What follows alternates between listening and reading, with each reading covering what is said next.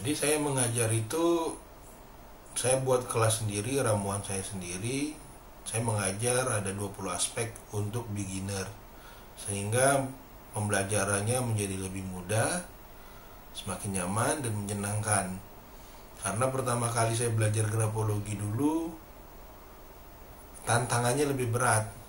Nah, tetapi dengan kita menguasai, dengan semakin menguasai, kita mencoba membuat formula-formula. Nah, saya belajar membuat formula saya sendiri dan alhamdulillah saya sudah membuat kelas grafologi itu sampai belasan batch. Dan saya ingin melanjutkan terus karena saya ingin berbagi lebih banyak tentang grafologi ini kepada masyarakat. Saya tinggal di Palembang, jadi saya juga buat kelas offline dan online. Online saya banyak sekali dari berbagai lapisan dan kalangan masyarakat.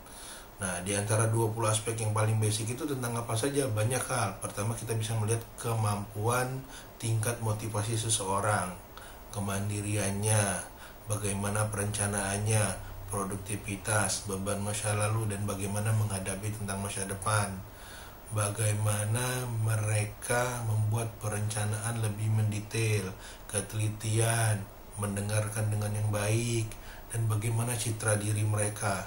Dan masih banyak lagi, ada 20 aspek yang saya ajarkan secara gampang dan menyenangkan.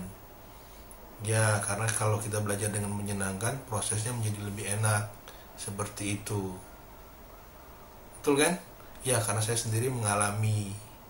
Nah, dalam grafologi tadi, kita kan menyebutnya itu secara gampang adalah metode atau satu ilmu untuk menganalisa tulisan tangan. Karena itu saya membuat tagline saya itu adalah tukang baca tulisan tangan. Bacanya dalam tanda kutip. Nah, baca dalam tanda kutip ini artinya menganalisa, karena setiap tulisan tangan itu memiliki pola. Nah, pernah dengar istilah alam sadar dan alam bawah sadar? Jadi, dalam diri manusia itu secara gampang dibagi menjadi dua, yaitu pikiran sadar dan pikiran bawah sadar. Contoh seperti ini.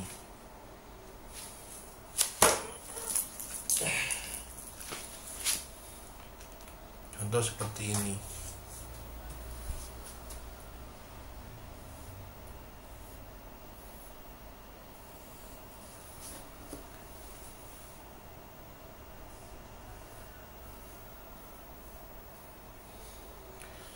Pada saat pertama kali seorang anak terlahir di dunia, maka yang benar-benar berfungsi 100% itu adalah pikiran bawah sadar. Oke. Nah, pikiran bawah sadar ini benar-benar berfungsi 100%. Tetapi dengan seiring waktu, maka si anak itu belajar sesuatu, sehingga alam sadarnya tumbuh.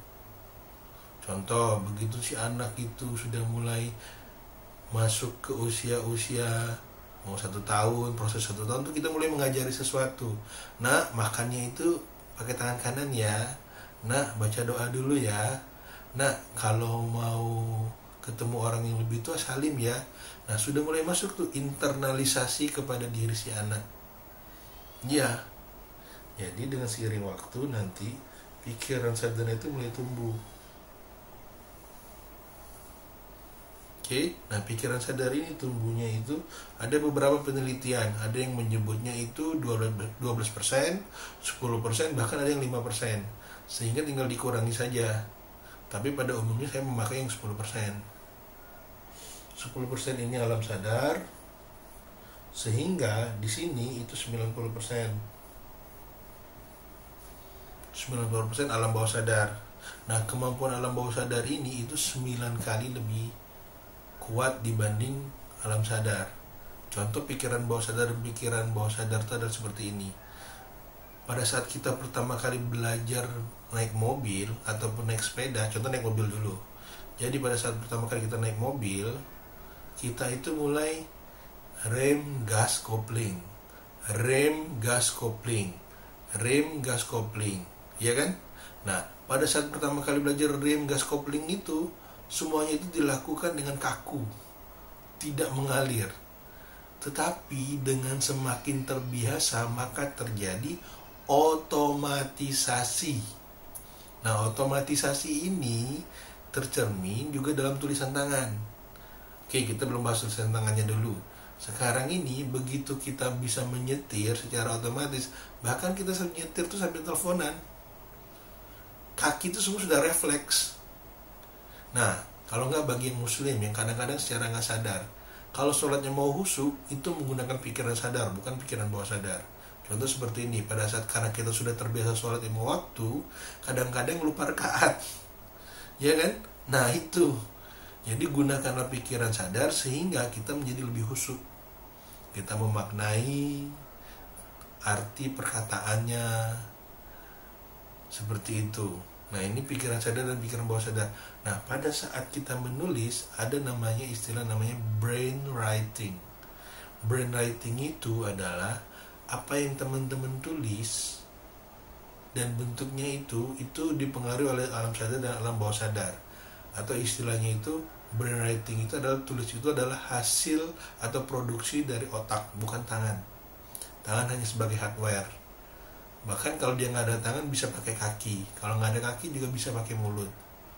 Nah, softwarenya ada di mana? Ada di otak. Lebih tepatnya adalah mindset, bukan otak sebagai organ. Kalau otak sebagai organ itu hanya sebagai organ. Jatuhnya juga nanti itu sebagai hardware, tapi adalah mindset, pola pikir. Nah, pola pikir dan mindset ini terbentuknya dari mana? Dari akumulasi hidup teman-teman, dari internalisasi hidup teman-teman. Yang seperti apa? Yaitu pembelajaran, agama, budaya, emosi, habit, value, dan lain-lain.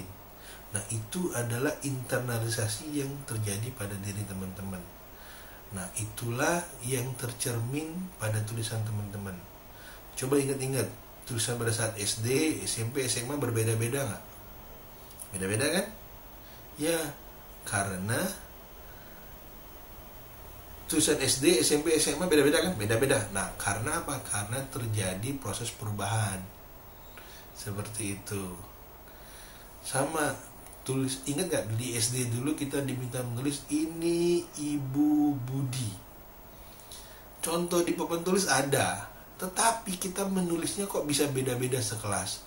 Karena internalisasi yang terjadi pada diri kita berbeda-beda. Sehingga akumulasi yang terjadi pada diri kita juga beda-beda, dan akumulasi itu adalah akumulasi yang terpancar dari pikiran bawah sadar. Nah, karena kita bahas grafologi, maka tercermin dari tulisan tangan. Kalau kita bahas linguistik, itu nanti namanya ilmu NLP, dari Neuro Language Programming-nya. Beda nggak? Saya harus sukses dengan saya perlu sukses. Hanya mengubah kata sambung saja. Nah ini linguistik, itu beda banget. Saya tertantang dengan tantangan tersebut, atau waduh sulit sekali tantangan itu. Beda kan? Situasi yang sama tapi cara menghadapinya berbeda, menghasilkan hasil yang berbeda. Nah ternyata pikiran alam sadar dan pikiran bawah sadar ini adalah hasil akumulasi kita. Makanya ada istilah namanya brain writing. Dan saya ingin berbagi tentang banyak hal terhadap grafologi ini. Oke? Sampai bertemu di episode berikutnya. Terima kasih. Wassalamualaikum warahmatullahi wabarakatuh.